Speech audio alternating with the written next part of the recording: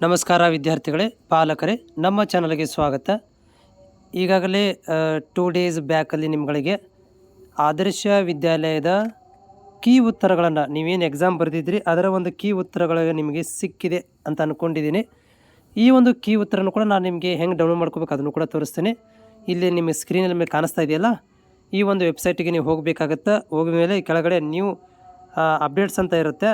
So ಅಲ್ಲಿ new ಅಪ್ಡೇಟ್ಗಳಿಗೆ click ಮಾಡಿದರೆ ನಿಮ್ಗೆ ಈ ರೀತಿಯಾಗಿ ಬರುತ್ತೆ. ಇದು ಕಾಣಿಸ್ತದಿಲ್ಲ, ಇಲ್ಲಿ regarding submission of objection to the key answers ಅಂತಿದೆಯಲ್ಲ, ಅಲ್ಲಿ ಕ್ಲಿಕ್ ಮಾಡಿದರೆ ಕೂಡ ನಿಮಗೆ ಏನಾಗುತ್ತೆ, ಒಂದು PDF ಓಪನ್ ಆಗುತ್ತೆ. ಅದರಲ್ಲಿ ಕೀ ಉತ್ತರಗಳು ಇದ್ದಾವೆ. ಸೊ ನಮ್ಮ ಇವತ್ತಿನ ಟಾಪಿಕ್ ಏನಂತಂದರೆ ರಿಸಲ್ಟ್ ಯಾವಾಗ ಬರುತ್ತೆ ಅಂತ ನೋಡಿ. ಈಗಾಗಲೇ ಅಬ್ಜೆಕ್ಷನ್ಗೆ ಕೀ ಉತ್ತರಗಳನ್ನು ಬಿಡುಗಡೆ ಮಾಡಿ ಅದಕ್ಕೆ ಸಂಬಂಧಿಸಿದಂಥ ಅಬ್ಜೆಕ್ಷನ್ ಏನಾದರೂ ಇದ್ದರೆ, ಅಂದರೆ ನಿಮ್ಮ ಕೀ ಉತ್ತರಗಳು ನಿಮ್ಮಲ್ಲಿನೂ ಕೂಡ ಇರ್ತವೆ. ಆ ಕೀ ಅಥವಾ ನಿಮ್ಮ ಸ್ಕೂಲ್ ಶಿಕ್ಷಕರ ಜೊತೆಗೆ ನೀವು ಡಿಸ್ಕಷನ್ ಮಾಡಿ ಕೀ ಉತ್ತರಗಳನ್ನು ಪಡ್ಕೊಂಡಿರ್ತೀರ. ಆ ಕೀ ಉತ್ತರಗಳು ಮತ್ತು ಇಲಾಖೆಯಿಂದ ಬಂದಿರುವಂಥ ಕೀ ಉತ್ತರಗಳು ಎರಡೂ ಮ್ಯಾಚ್ ಮಾಡಿ ನೋಡ್ತೀರಾ. ನಿಮ್ಮದು ಸರಿ ಇದ್ದು ಇಲಾಖೆದು ತಪ್ಪಿದ್ದರೆ ಅದಕ್ಕೆ ಅಬ್ಜೆಕ್ಷನ್ ಹಾಕ್ಬೋದು. ಅಬ್ಜೆಕ್ಷನ್ ಹಾಕಿ ಬೋನಸ್ ಮಾರ್ಕ್ಸನ್ನು, ಗ್ರೇಸ್ ಮಾರ್ಕ್ಸನ್ನು ಪಡ್ಕೊಳ್ಬೋದು. ಅದಕ್ಕೆ ಅಬ್ಜೆಕ್ಷನ್ ಇದ್ದರೆ ಹಾಕಿ ಅಂತವರು ದಿನಾಂಕವನ್ನು ಕೊಟ್ಟಿದ್ದಾರೆ. ಈ ಉತ್ತರಗಳು ಕರೆಕ್ಟಾಗಿದ್ದಲ್ಲಿ ನೀವೇನು ಮಾಡೋದು, ಓಕೆ, ನೋ ಪ್ರಾಬ್ಲಮ್.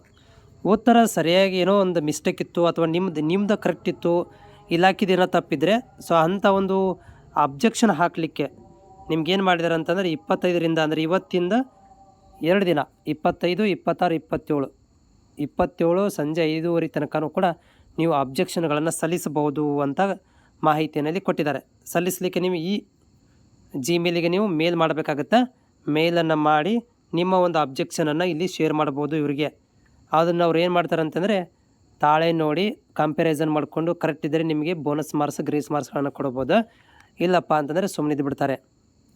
ಇವಾಗ ಇದೇ ತಳಗಡೆ ಹೋದರೆ, ನೀವು ಇದ್ರ ಕೆಳಗಡೆನೇ ಹೋದರೆ ನಿಮ್ಗಳಿಗೆ ಇಲ್ಲಿ ನೋಡ್ತಾ ಇದ್ದೀರಿ, ನಿಮ್ಗಳಿಗೆ ಕೀ ಉತ್ತರಗಳು ಕೂಡ ಇದ್ದಾವೆ. Version A, version B, version C, version D, ಈ ರೀತಿಯಾಗಿ ಕೀ ಉತ್ತರಗಳು ಕೂಡ ನಿಮ್ಗೆ ನೋಡಲಿಕ್ಕೆ ಸಿಗ್ತವೆ.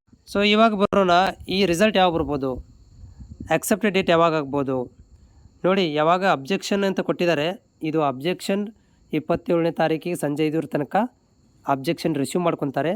ಅದನ್ನು ವ್ಯತ್ಯಾಸ ನೋಡ್ತಾರೆ. ಯಾರು ಅಬ್ಜೆಕ್ಷನ್ ಹಾಕಿಲ್ಲ ಅಂತಂದರೆ ನಿಮ್ಗಳಿಗೆ 28ನೇ ತಾರೀಕಿಗೆ ರಿಸಲ್ಟ್ ಅನೌನ್ಸ್ಮೆಂಟ್ ಆಗ್ಬೋದು. ಯಾರು ಅಬ್ಜೆಕ್ಷನ್ ಮಾಡಿಲ್ಲ ಅಂದರೆ, ಅಥವಾ 29 ತಾರೀಕಿಗೆ ಆಗ್ಬೋದು.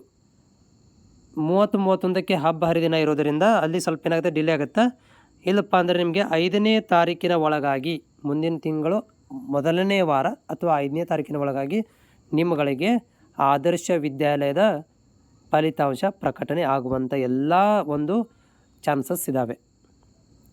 ಇನ್ ಕೇಸ್ ಆಫ್ ಏನಾದರೂ ಅಬ್ಜೆಕ್ಷನ್ದು ಆದರೆ ಇದು ಸ್ವಲ್ಪ ಏನಾಗ್ಬೋದು, 10ನೇ ತಾರೀಕು ತನಕ ಹೋಗ್ಬೋದು. 10ನೇ ತಾರೀಕು ಮ್ಯಾಕ್ಸಿಮಮ್ 10ನೇ ತಾರೀಕು, ಅದರ ಒಳಗಡೆ ನಿಮಗೆ ರಿಸಲ್ಟ್ ಅನೌನ್ಸ್ಮೆಂಟ್ ಆಗುತ್ತೆ.